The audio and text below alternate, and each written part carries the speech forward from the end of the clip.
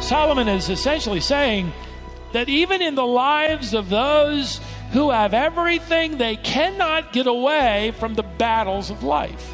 Even the person that seems to be at the top of the food chain, even that individual who seems to have their way, if you get behind, the curtain, you'll discover they're facing the battles of life. In fact, that's good to remember when that supervisor unloads on you. It may be nothing more than an indication that they have other battles they're failing in.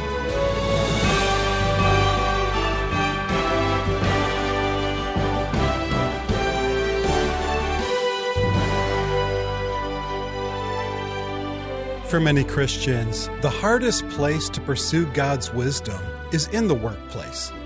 Sometimes the workplace is hostile to biblical wisdom. Sometimes the culture of the business is based on a worldly form of wisdom. God gives practical wisdom for the workplace and helps you navigate your work and work relationships well. He gives you wisdom to respond to those in authority over you, and the wisdom to know that whatever happens, God has His reasons, which will actually lead you to new depths of wisdom. Today on Wisdom for the Heart, Stephen Davey has a message for you called Bringing Wisdom to Work. Years ago, the devotional magazine Our Daily Bread illustrated the need for the believer to face their problems and their challenges with greater deepening trust in the Lord's provision, who is at work behind the scenes. During World War II, which is where the illustration comes from, a family in Sussex, England, sent some money to a missionary society and enclosed a letter that they would like it to have been more, but the harvest on their farm was being threatened by the lack of rain, water, unable to irrigate their farm. And they were fearful of German bombs adding to the problem, being dropped in their area, putting their farm, their crops at risk, not to mention their own lives. They asked the staff of this mission to pray specifically that no bombs would fall on their land. The director of the missionary society wrote back and wisely responded that while they didn't believe they could pray that exact prayer, they would indeed pray that this family would trust the Lord as His will unfolded in their lives. And when you know it, shortly thereafter, a German bomb landed on their property, exploding. No family member was hurt. The livestock were fine. The barn still standing. But that bombshell created such a crater in the ground that it liberated an underground stream. And that stream yielded enough water to irrigate their entire property and the other farms in their area. The Daily Bread ended the illustration by writing, "Sometimes even bombs are blessings." Yes, they seem to fall from heaven and make a lot of noise and create confusion and chaos, but ultimately they liberate within us a new stream of trust and faith in the provision of God. God has a way of using inconveniences and trials and difficulties to draw us to trust Him even more. Perhaps one of the more difficult areas of life in which we trust Him and we have to carefully navigate through life is on the job. Even working from home, perhaps there are still challenges with staffing or authorities. Maybe you've come in here with some rather explosive problems, combustible, unreasonable demands, difficult assignments. Individuals in your world that may have authority over you trouble you, make life difficult for you. How do you take wisdom to work with you? How does wisdom work so to speak, from 9 to 5. How do you respond to those in authority over you? Well, God, through Solomon, is going to address the issue. So let's go back in our study to Ecclesiastes. The writings of King Solomon. We're in chapter 8, and in verse 2 is where we pick up our study. The Bible reads at verse 2, I say, keep the king's command because of God's oath to him. Now, since Solomon is a king, he's going to illustrate the principle of responding to authority to this kind of level of authority. He's going to start with the king and move on down. He starts at the top. This is the highest power in the land. And that's really a great place to draw insight from, because if you know how to respond to the higher authority in the land, you'll know how to respond to all the lesser authority in your life. And everyone, of course, is at any time surrounded by authority. It might be a teacher, it might be a parent, it might be some governing official, it might be a coach, it might be a supervisor or a CEO. And the first principle he lays down here for us is this. It's the principle of obedience to authority. Solomon raises this fundamental issue that the king's command, you could translate that Hebrew phrase, from the mouth of the king, the word of the king is to be obeyed. Solomon writes this, on account of God's oath to him. That's why. In other words, the king's authority happens to be delegated, given to them by God. We're obeying the king's commands because ultimately God is commanding the king. It might not look like it. It might look like the king isn't representing God, and he might not immediately, but indirectly we're told that God is moving the heart of the king. Proverbs 21 and verse 1 is where Solomon reminds us that the heart of the king is in the hand of God. It might seem like you're obeying an earthly supervisor, but ultimately you're obeying God. In fact, Paul will reinforce this to the Colossians. He says, while you're serving earthly masters, earthly supervisors, earthly authorities, know that you're actually serving the Lord Christ. Now that doesn't make it easy, by the way. That doesn't mean it's going to be convenient, especially as it relates to your Christianity at work. But just as an ordinary individual, you might be summoned for jury duty and you plan vacation. You might have to pay more taxes than you wanted. You might have to submit to some zoning authority or ordinance. That's costly and inconvenient. And you might even argue unnecessary. We're meeting here today on this campus because we're evaluated annually by the fire department, and we receive a permit. Those doors have to be a certain thickness or we can't be in here. All of those windows in our facility have to be a certain width or they don't pass code. They have to have glass with a certain thickness. Hallway doors have to be expensively wired so that they automatically shut if there's a fire. Classrooms on the second floor cannot be used for children under the age of 2. Do you know how expensive that makes children's ministries? Parking spaces have to be a certain width. A certain width. If it were up to me, they'd be about this wide. But you got to make them wide enough to get in and out of, which is a good thing. And then every so often in that parking lot, they require that you put in an island. And then you have to plant greenery, and you got to plant trees along the road. Those are demands and ordinances of our authority. That church sign out front could only be so tall and so wide, which is why that sign is absolutely useless. And people think that we're some university or college. Paul writes, let every person be subject to the ordinances of governing authority.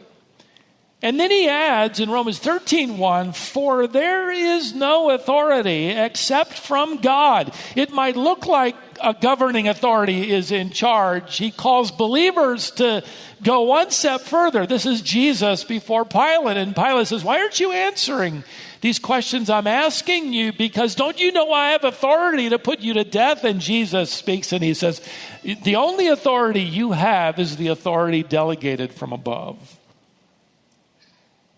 You might think, oh, well, these are terrible days.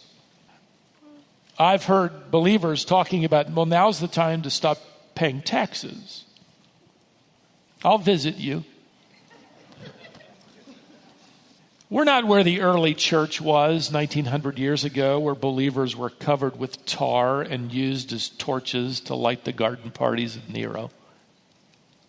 We're not where the Anabaptists were 500 years ago, who said, you know what, we're going to follow the scriptures, and the scripture says that baptism isn't for babies, it is for believers.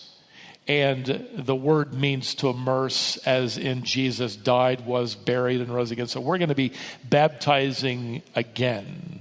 And the governing officials said, well, if you love water that much, we'll put you in it. And they drowned many of the Anabaptists for doing what we do here without any thought of persecution. There are some countries to this day where being a Christian is a matter of life and death.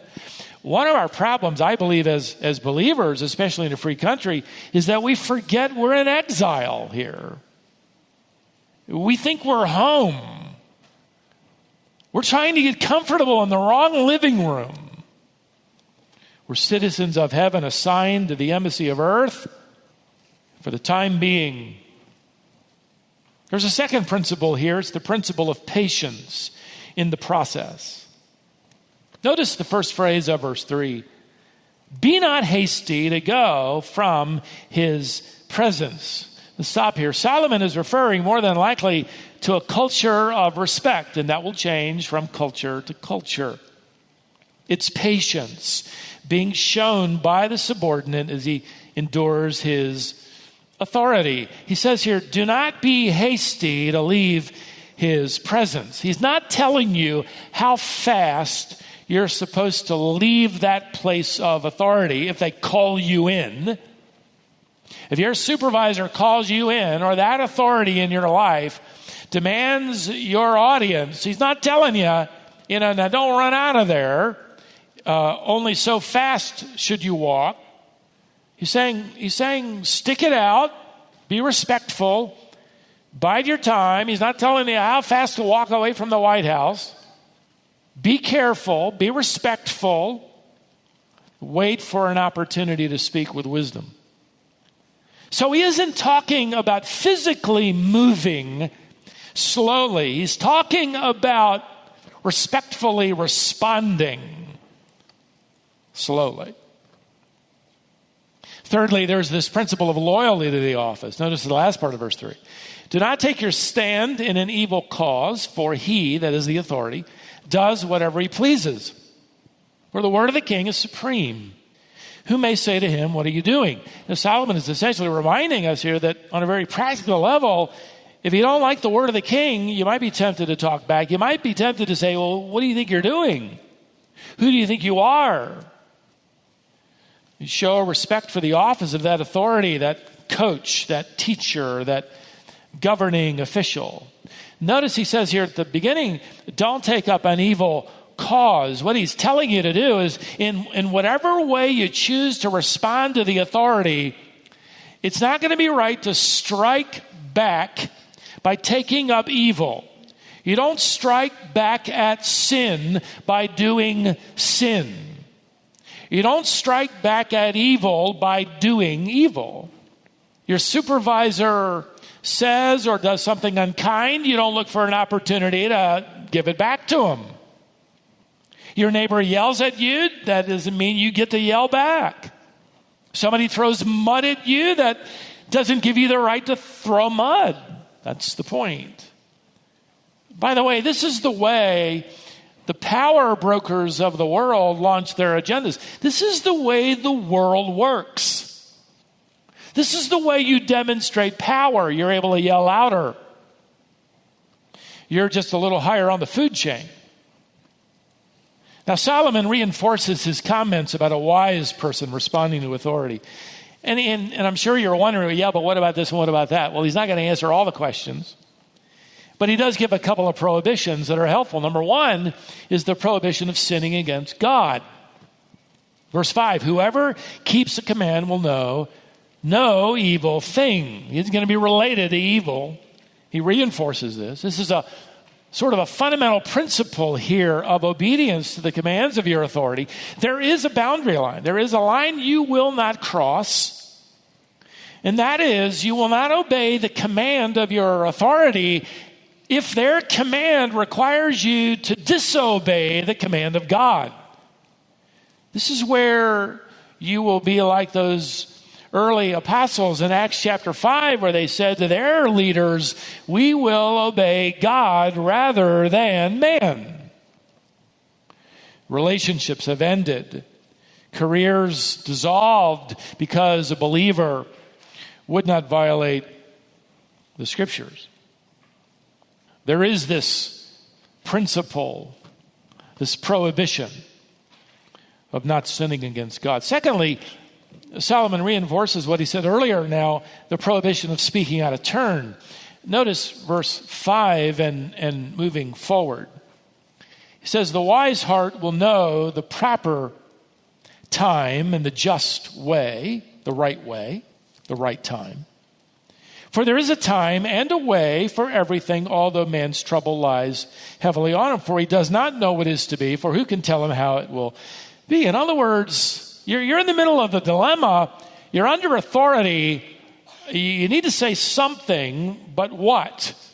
You pray about it. This is where you ask God for wisdom. There's got to be the right time and the right message and the right motive. You're going to have the right spirit because you're ultimately representing a higher authority. You're representing God. And a wise heart ought to know that you probably ought to choose at that moment silence and then remain that way, asking the Lord for the right moment and the right message in the right manner to deliver it. And this comes really from an understanding and a trust, a statement of faith of what Solomon says here in verse 7, that we do not know what God is planning in the future. We don't know what he's doing. We know what it looks like right now, but we don't know what he's doing. I sort of live, don't you, with an anticipation of, I wonder what God's doing now. Look around. I wonder what God is, how is he setting the table for ministry? What is he doing for the gospel's sake? How is he moving along his purposes? There is this sense of patience based on trust. And we have no idea how the Lord is preparing us for the days to come. And you might think right now, well, Lord, the worst thing that could ever happen is for a bomb to fall on my farm. And it falls. And a stream of water emerges, which God had planned all along. Solomon now ends this discussion. He's going to remind us that there are limitations to power. And for those of you who are in authority, these are good reminders. For those of you who are under authority, these are also good reminders. There are limitations to power. And Solomon rattles off 4 of them fairly quickly. Each of them in the Hebrew language begin with a little negative no or not. So we know that they are progressing proverbs, so to speak. Here's the first limitation. Number one, no one can control the wind. Notice the first phrase of verse 8. No man has power to retain the Spirit, which I think ought to be translated wind. Context decides that Hebrew word for wind and spirit is the same word, ruach. And since many assume that this phrase goes with the next phrase about death, then it must be a reference to someone's inability to control their death. Well, that will be true, and he's going to talk about that in the second one, but let's not miss the impact of this one. Hebrew scholars refer to these progressive proverbs, and one of them says, more than likely, Solomon is simply referring to the weather. He says, no matter how powerful that person is in your life, guess what? Remember, they can't move one cloud in the sky. They cannot make it rain. They can't make it cold. They can't make it hot. They can't do anything as it relates to the weather except report it. That's it. In other words, the most powerful person on earth can't make the breeze blow, can't make that hurricane stop. They look powerful. They can't even change that little breeze out there. Here's the second limitation. No one can determine their lifespan. The next phrase reads, no one has power over the day of death. No matter how powerful, no matter how authoritative, no matter how many people bow at the word or command of this individual, death does not bow to their command. Death is in the hand of God. He determines life and breath. I thought it was interesting in my study to come across the illustration of King Louis XIV, who was a powerful king. But on his deathbed, he called his son into the room, and his last words to him were these: listen, son, profit by my errors, and remember, kings die like every other man. Here's a third reminder of the limitation of power. No one can get away from the battles of life. He writes here in verse 8, there's no discharge from war, or you could render it from the midst or the middle of battle. This can refer to a war or battle you might think of in a traditional sense, or it could refer to something broader, which I think would be correct to this context.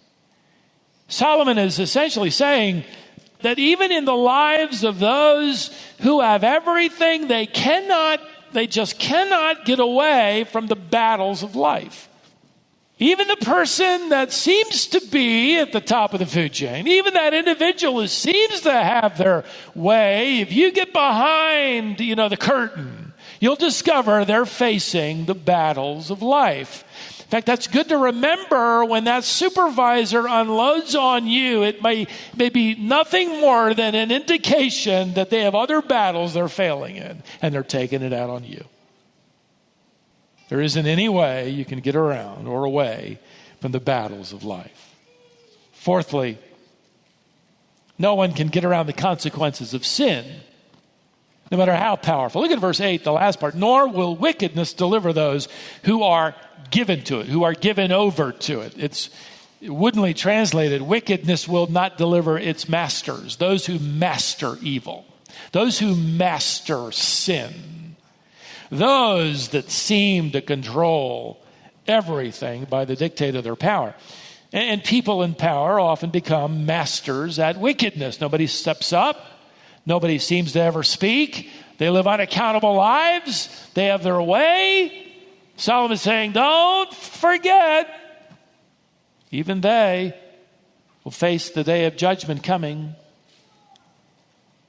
And by the way, the only hope for any of us is the forgiveness of our sin through the death and resurrection of Jesus Christ, right? The only hope any of us have, because all of us have hurt others. All of us have probably had at some point in time some authority we didn't use righteously or wisely or kindly. So we, after reading something like this, let's make sure we just don't point fingers. Our hope is in the grace of God through Christ, who pays for our crimes and sins. He not only gives us the gift of salvation, which we could never earn. James chapter 1 tells us he gives us the gift of wisdom to know how to live now that you belong to him. This is wisdom you take to work. This is wisdom 9 to 5. This is wisdom in responding to those in authority over you. This is wisdom to know that even if a bomb falls on your farm, your life, God might just be opening new streams of deep water, new depths of character, and your greatest statement of faith will be to trust him and to continue to honor him and walk with him. And who knows, maybe that supervisor, maybe that coach, maybe that parent, maybe that teacher will see in your response something so distinctively different, they will have to say, that person has something I don't have. They know a God I do not know. May God give us wisdom.